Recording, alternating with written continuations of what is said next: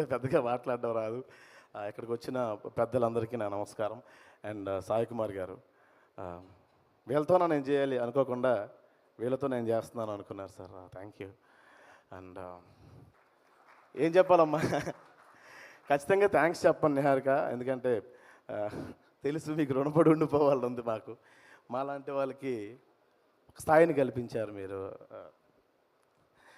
And Vamsi, బేసిక్గా ఏడ్ చేస్తానేమో అండి.